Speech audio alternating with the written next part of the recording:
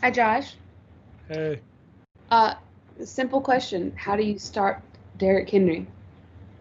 you hit him hard, hit him fast, hit him early. Uh, Basically just hit him as hard as you can before he takes off running. Is that easier said than done, though? It's easier said than done for sure. But we have a good game plan up against it this week, so we're real confident on on him and the offensive line, and we play him twice every year, so we're kind of used to that, and we're just excited for this matchup. Again, I feel like a lot of guys still are doubting us and our talent level on this team and this roster actually, and it's an exciting week, and I'm excited to play against them. Thank you. Thanks, Cassidy. Let's go over to Gary and then John Ozier. Hey, Josh, how does Taven Bryan's physical strength help you guys up front, even if he doesn't make a whole lot of tackles or put up a whole lot of stats? Does his strength enable him to do things that helps everybody else? For example, drawing a lot of double teams and a lot of attention Yeah. from the OL.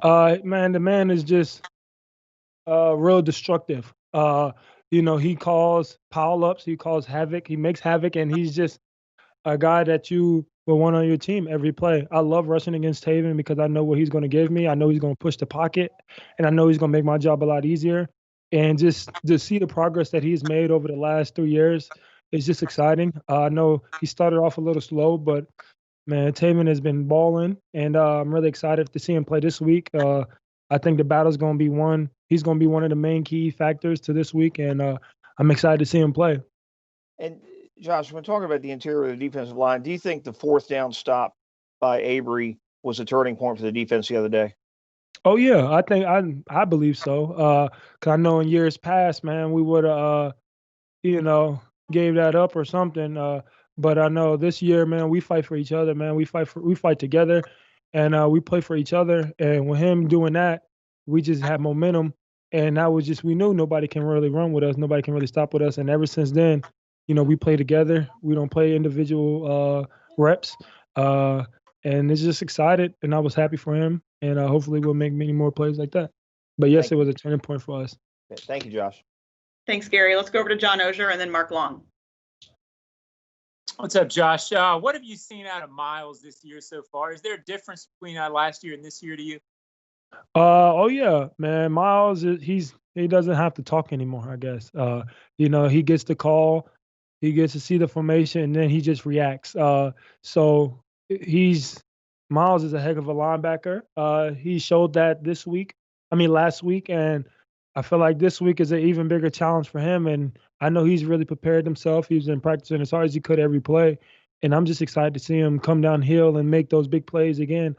And it's going to definitely bring a lot of pressure off the front, the front guys. And I'm just excited to see him and Joe play again and just be great. All right. Thanks, John. Let's go to Mark and then John Shipley. Hey, how are you? How you doing? You said something, Josh, about you think people are doubting us and our talent level. Can you just maybe expound on that a little bit? Why do you think? What gives you a sense that people are doubting you after that week one victory? I mean, because the guys that are not here anymore.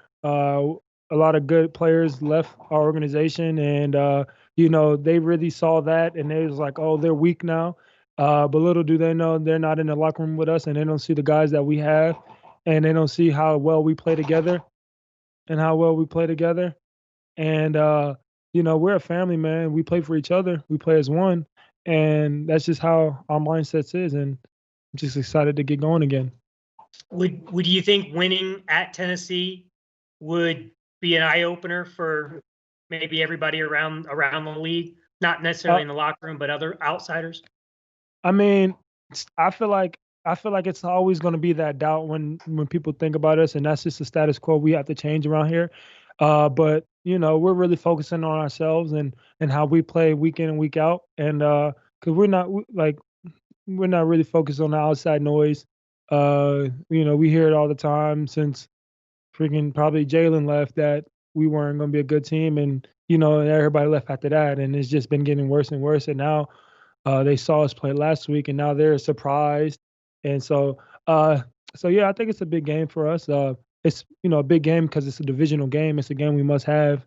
If you go undefeated in our division or any division, it's a good chance you're gonna go to the playoffs. So we see this as a big challenge because it's a second divisional game, and starting off 2-0 and that is will be major. So yeah, we're excited about this weekend. We can't wait to get going.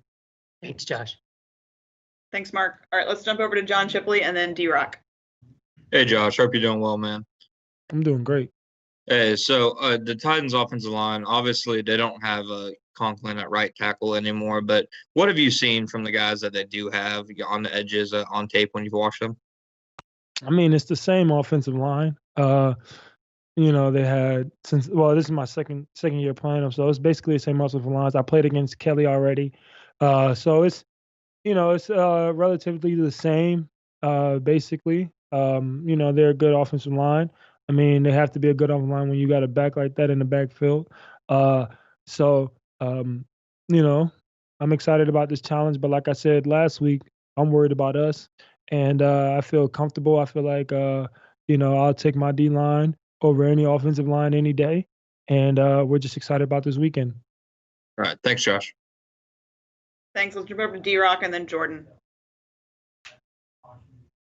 Hey, Josh, everybody outside the building sees the Gardner Minshew with the headband and the jorts and all that stuff. What do you guys see? What's the Gardner Minshew that you guys see that the rest of us don't? We're looking at the same Gardner Minshew. That's what I see.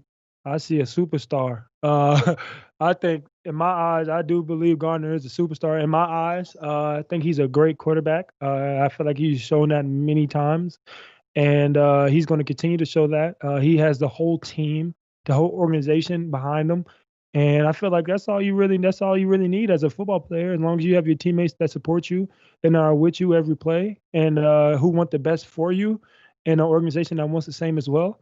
I mean, what more can somebody ask for? He has the look, he has the swag, and he has the arm, and he has the plays to be who I consider a great quarterback in this NFL. I mean, in NFL. So G Money, that's my guy. He also knows that when to take things seriously too, right? And some guys might struggle with that. Say that again. Say that again. He also knows when to take things seriously. Like, he's not goofing around all the time in the building, right? I mean, he knows when he's got to be 100% on, right? Can you talk a little bit about that? I mean, in the locker room, he's relaxed. That's the only time basically when I see him is literally in the locker room because, I'm not in the meetings with him, or I know walkthroughs, we're all serious because we all have to get those mental reps and be prepared for the matchup.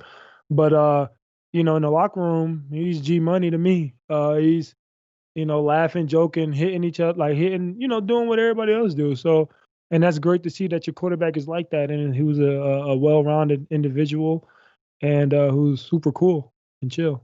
So, but hold on, let me stop talking about him so much now. I'm gonna chill. I'm giving him too much hype right now. I'm gonna back off a little bit. That's all I'm gonna say on Gardner. Thanks, D-Rock. That's my dog, though. That's my dog. My dog. All right, let's jump over to Jordan, and then we'll finish with John Reed. Hey, Josh. Last week, the pass rush only got home once, and I believe there was about 8 pressures on 45-plus dropbacks for Phillip Rivers. Just curious about what happened last week with that and what y'all's plan is moving forward to get a little bit more pressure on the quarterbacks. I mean, I take responsibility for that, man. I have to do a better job in affecting the quarterback. Not even just sacking them, but just getting to the quarterback more, condensing that pocket.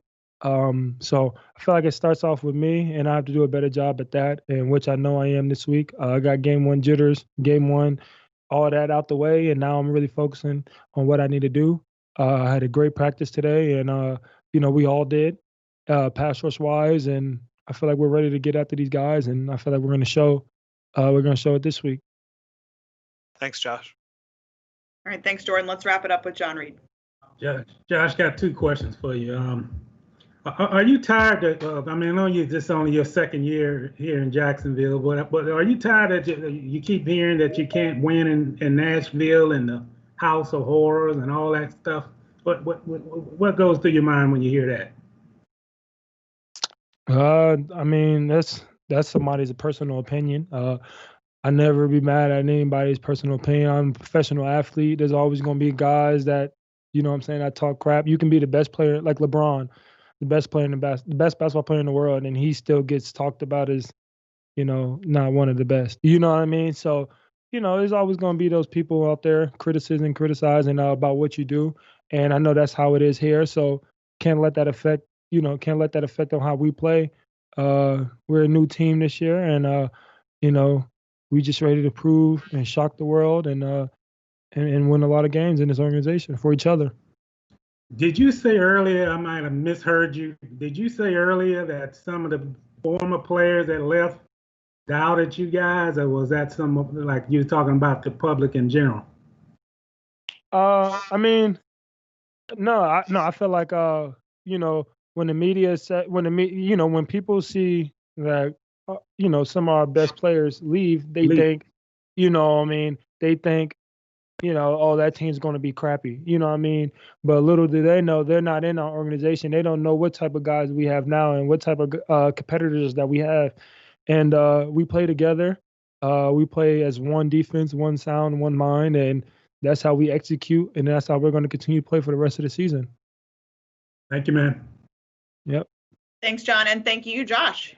You're all All right, done. all right, Thanks for your Cassidy, Amanda, John, Mark, Mike, Gary, John, Max, Jordan, Ashlyn, JP. Who else am I missing? Demetrius is on here. Demetrius, Gary, John, Jordan. I said Jordan. I said John. Brian Saxton. My God. I see. Thank you. And Ted in the back. My God. Hey, don't forget Gary. Thank I you, said Josh. Gary. Oh, I he said got me. Gary. He got me. My dog. And you got All right, Amanda. Yep. wait, and Lauren Brooks. Oh, Lauren. No. Lauren on here? Yes, she's here.